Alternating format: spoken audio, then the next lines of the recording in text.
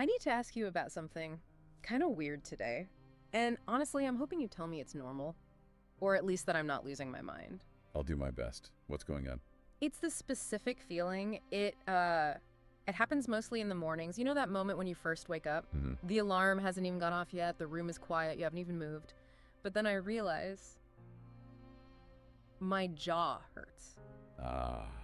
The morning clench. It's like I've been chewing on rocks all night. Yeah. And it's not just the jaw. My shoulders, they're practically up to my ears. It's this thick, humming silence inside my body. And nothing is even wrong, you know. My life is fine. My job is fine. But I feel like I'm bracing for a car crash that never happens. Right. It's like I'm constantly holding my breath. Does that make any sense, or do I just need a vacation? It makes perfect sense. And I mean, you probably do need a vacation, but I don't think a vacation will fix this. What you're describing is something very specific. We usually call it stress or, burnout. But if we really look at what's happening, that sensation isn't just stress, it's the architecture of tension. The architecture of tension. Wow. That sounds surprisingly ominous, like a brutalist building made of my own anxiety. Well, it's actually a very profound concept. The core idea is that this tension isn't coming from the outside world pressing in on you. But it feels like it is. It totally feels like it is. It feels like the weight of the world. But it's actually a psychic condition. It happens when a desire, something you wanted or needed or felt, was forbidden entry into your consciousness. Forbidden entry, like a bouncer at a club just turned it away. Exactly like that. Your mind said, nope, we can't think that. We can't feel that want. But here's the catch. Because your mind wouldn't let it in, your body had to imprison it in your muscles. So my sore shoulders are basically a jail for my thoughts. In a way, yes. This tension is unspoken energy. It's a desire that's been captured and held in a state of permanent readiness. It's frozen in the tissue. Okay, let's pause there because I need to wrap my head around this. So if I'm just sitting on the couch watching TV and I feel this tightness, you're saying I'm actively in a battle I don't even know about. You are. And it's exhausting, isn't it? It's incredibly draining. I wake up tired. That's because repression is an active verb. It takes calories. It takes effort. Here, let's use a metaphor. I want you to imagine a string pulled taut between 2 points. Okay, like a guitar string? Exactly. But imagine it's not vibrating yet. It's not making a sound. It's just stretched to its absolute limit, humming with potential energy. Right. That's your body when you feel that bracing. It's a system under pressure. But here's the million-dollar question. Who is pulling the string? Well, I assume it's my boss, or the economy, the news. You would think so. That's what it feels like. But with this kind of chronic humming tension, the argument is that you are pulling both ends of the string. Wait, I'm doing this to myself, but why would I do that? Strictly speaking, parts of your psyche are, think of it like a tug of war inside you. One part is the drive, the I want, I need, I hate. That's pulling one way. Okay. And the other part is the repression, the I must not, the it's not safe, the be a good person. That's pulling the other way. And my body is just the rope caught in the middle. The poor piece of wire, yes. So my jaw is clenched because one part of me wants to scream and the other part is literally sewing my mouth shut. Precisely. This goes right back to Freud's mechanics of the mind. He argued the psyche is always trying to balance the pleasure principle, which wants immediate release. Right.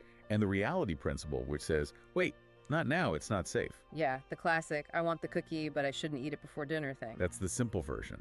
But what if the conflict isn't just about delay? Imagine if the discharge of that energy is structurally forbidden. What if there's an internal rule that says, you cannot express this want, ever? It is dangerous to show this need. Okay, but where does the energy go then? If I don't eat the cookie, or if I don't scream, does the urge just poof, evaporate? No. And this is the crucial point where physics and psychoanalysis agree. Energy can't just vanish. It has to go somewhere. It has to go somewhere. So if an impulse can't be expressed in action, and it can't even be expressed in a fantasy because it's too scary to even think about, it migrates. It migrates. And moves from the mind into what's called the somatic realm, into the body. Think of it like a plumbing system in an old house. You've got water flowing through a pipe, that's your emotion. If you block the pipe in your mind, the pressure doesn't stop. It builds up. It builds up, and eventually it bursts the pipe somewhere else. And that burst pipe is the headache. The headache, the stomach issue, the chronic back pain, the jaw clench. So a migraine is basically a thought that got lost on its way to my mouth. That is a brilliant way to put it. Yeah. Yes. And this brings us to something I think will really resonate with you, given what you said about irritability. Oh, please call me out. I was reading through some of this before we started, and I felt so seen. I've always told myself, oh, I'm just a little short-tempered, or I'm an intense person. Okay. I treat it like a personality trait. That's just how I am. We all do that. We Yeah. mistake our symptoms for our identity. We say, I am irritable, when really we should be saying, I am holding a tremendous amount of pressure. But sometimes I'm not just holding it. Sometimes I snap, you know? And it feels aggressive. I don't feel like a victim of pressure. I feel like a jerk. Well, let's redefine aggression for a second, because this is one of the most fascinating insights here. We usually think of aggression as malice, as wanting to hurt someone. Yeah. But in this framework, aggression is actually passion turned inward. It is love that has lost its object. Well, hold on. Aggression is love that lost its object. You have to break that one down for me. Because when I'm snapping at someone in traffic, it definitely does not feel like love. I get that. But think about the mechanics of that pressure. Yeah. Where did it start? The theory is that it starts with reaching. Reaching. As a primal movement toward connection. A child reaches out to be held, to be seen, to be loved. Okay, that's the love part. I'm with you. Right. But what happens if that reaching is thwarted? Imagine a person running full speed to hug someone they love. They're full of momentum, full of this energy to connect. And then a glass wall instantly drops between them. Ouch. Exactly. They don't just stop, they slam into the glass. The energy of the hug becomes the violence of the collision. That makes so much sense. The momentum has to go somewhere. And your aggression is just that collision. It's the momentum of love hitting the wall of safety. The impulse to connect twists into an impulse to strike. So the strike is just a reach that got deformed. Yes, it's the same energy. You wanted to connect, it wasn't safe, so now you push away. That's why it feels so volatile. It isn't cold hatred, it's hot, thwarted need. That explains why it feels so frantic sometimes. But where does this wall come from? I mean, am I talking about big traumatic events here? Because I had a pretty normal childhood. And that's where people get stuck. We look for the movie script trauma, the explosion, the big abandonment. But this perspective guides us to look at the micro-traumas, the ordinary moments that create the atmosphere of your childhood. Give me an example of a micro-trauma. A child protests, and a parent withdraws love for 10 minutes. A need is expressed, maybe you were too loud, too excited, and it gets labeled as too much. Oh, God. Stop crying or I'll give you something to cry about. Or even subtler, you're so dramatic, why can't you just be quiet? In those moments, a circuit breaks. The child learns a very specific, very important lesson. To preserve the bond with my caregiver, which is my survival, I have to hold this energy back. I have to swallow the cry. And if you swallow enough cries, you become a vessel of held tension. This morning clench you feel. It's described as a fossilized record. It's a history of every time you chose self-preservation over authenticity. So my body chose to stay safe by staying tight. Exactly. That's incredibly heavy. It feels like my body is trying to protect me from a threat that happened 30 years ago. It's a loyal guardian. But here's the problem with my loyal guardian. It's kind of ruining my current relationships. Because this tension doesn't just stay inside. It comes out, usually over something just ridiculously stupid. Like, I will confess I have lost my mind over a dish left in the sink. The classic dish in the sink scenario. It's so embarrassing. I'm looking at this unwashed bowl and I feel this wave of rage that is. It's just so disproportionate to the crime, and I unleash it on my partner. But that's a perfect example of displacement. The snap isn't about the dish. The dish is just an available surface. You have this old, archaic pressure inside you that's looking for a way out, and the dish provides a pretext. It gives you a reason to discharge that feels, momentarily justified. So I'm just using the dish as an excuse to scream. You're using the dish to vent a pressure that's been building for decades. But here's the kicker. The real target isn't your partner. The real target is a ghostly figure from your past. Okay, wait. I'm gonna push back a little here. That sounds a little convenient, It's not my fault I screamed at you about the dishes, honey. It's my ghost mother. Isn't that just dodging responsibility? It can be. If you stop there, yes, it's a total cop-out. But the analysis isn't saying you aren't responsible. It's saying you aren't reacting to the present moment. If you want to take real responsibility, you have to address the real source. Otherwise, you'll just keep screaming about dishes forever. Exactly. Okay, fair enough. But why yell at my partner? I mean, they're the person I love. They're the one person who doesn't treat me like that. Because they are safe. This is the tragedy of it. We attack our partners because they're stand-ins for that original withholding figure, but they're much safer. You know deep down they probably won't abandon you over a dish.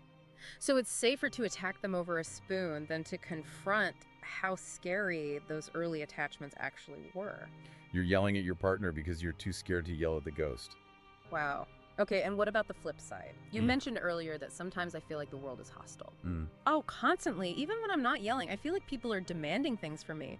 Or the guy at the coffee shop looks at me sideways. My boss has a tone. It feels like everyone else is the aggressor. This connects us to the concept of projection. This is the hall of mirrors. When we have an internal rage that we can't tolerate because we were taught it's bad, Yeah. we don't just hold it in. We project it outward. We locate it in the external world. So I'm seeing my own repressed anger on everyone else's faces. Precisely. If you are sitting on a volcano of unexpressed no, you will see the world as constantly trying to encroach on you. You feel like the aggression is coming at you from the outside. And that creates a self-fulfilling prophecy. How so? Well, if I believe the world is hostile, I get prickly, I get guarded, I probably have "stay away from me" written all over my face. And then how do people respond to that? Usually with hostility, or at least annoyance. No, you elicit the very reaction you're afraid of. This is what we call transference. Every relationship becomes a stage where we replay these old dramas with new actors. It sounds like such a trap. We're tense, we're projecting. It sounds miserable. Why do we keep doing it? Why stay in this pattern if it hurts so much? That is the ultimate question. Freud struggled with this too. He eventually had to introduce two massive concepts to explain it: eros and thanatos. Thanatos. Sounds like a comic book villain. It really does. But you have to look at the two big engines he thought ran the human machine. On one side, you have eros, the life drive, connection, building things, love, creativity. The love god. Right. But then you have the dark twin, thanatos. It represents the death drive. But not just death in the literal sense. It's the drive toward inertia, toward silence, toward stopping the struggle. The part of me that just wants to lie on the floor and stare at the ceiling. Exactly. The part that wants to dissolve. Now here's the key insight. In the kind of tension we're talking about, these two drives get fused. For the person holding this tension, connection eros has become contaminated by the fear of destruction. Connection as collision. Yes. Think about that phrase you mentioned, the distorted prayer. I remember reading that and just freezing. The idea that a strike, verbal or physical, is a distorted prayer. It's a violent attempt to establish contact. If gentle contact feels dangerous, or if you believe it will just be ignored, you might resort to collision. It's a way of saying, I am here when see me when unheard. Wow. So even when I'm snapping or being difficult, there's a part of me that is just desperate to be seen. Even painful contact breaks isolation. Yeah. The psyche prefers collision to being invisible. Your readiness for conflict is actually a desperate form of contact. You're fighting to prove you exist. Okay, so we've diagnosed the problem. I'm a taut string, I'm projecting, I'm using my partner as a punching bag for my childhood ghosts because I'm terrified of being visible. How do we fix this? My instinct is to just force myself to relax. You know, go get a massage, cut the string. And that is exactly what this perspective warns against. You can't just get rid of the tension. Remember, the tension is a guardian. It protected you.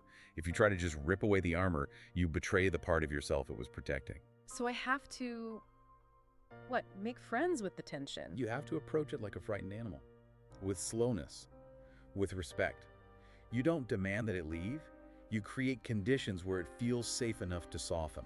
And what happens when we soften? I'm guessing it's not just instant sunshine and rainbows. Yeah. And this is the hardest part of the cure and the reason most people avoid it.